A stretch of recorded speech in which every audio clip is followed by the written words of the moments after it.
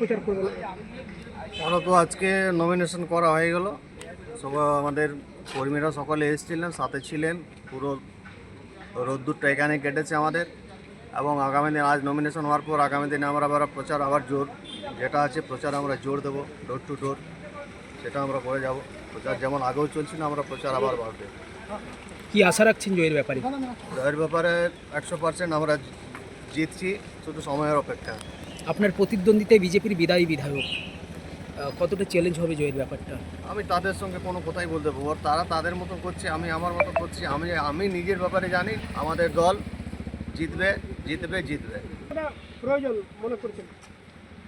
এটা দেখুন, সকলের তো একটা উৎসাহ উদ্দীপনা থাকে, প্রত্যেকের কর্মীদেরও তো একটা উচ্ছ্বাস থাকে। তাহলে সেই একটা ভাবে মানে প্রকাশ করার একটা জায়গা, সেই জন্য প্রত্যেকটা কর্মী সেখানে আসে। আর কি আছে বলছি, সেটা ওদের ওদের ওরা ওদের মতো বলছে। দল চিনে না চিনে বা ওরা চিনে না চিনে যায় আসে কিছু না। আমাদের মানে বলা চলে যে যারা প্রতিযোগী হয়েছে, যারা মনোনীত প্রার্থী হয়েছেন, চেনার কোনো দরকার নেই। এখানে আমাদের সব থেকে চেনা একটাই দিদি। দিদি যেখানে আছেন, নামটাই আমাদের যথেষ্ট।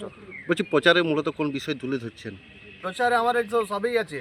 প্রচারে মূল যেগুলো আছে, তা যারা যেগুলো করেনি, মানে এতদিন তো ছিল 5 বছরে, তারা কি করেনি সেটা আপনারা দেখছেন। যেগুলো মানুষ চাইছে সেইগুলো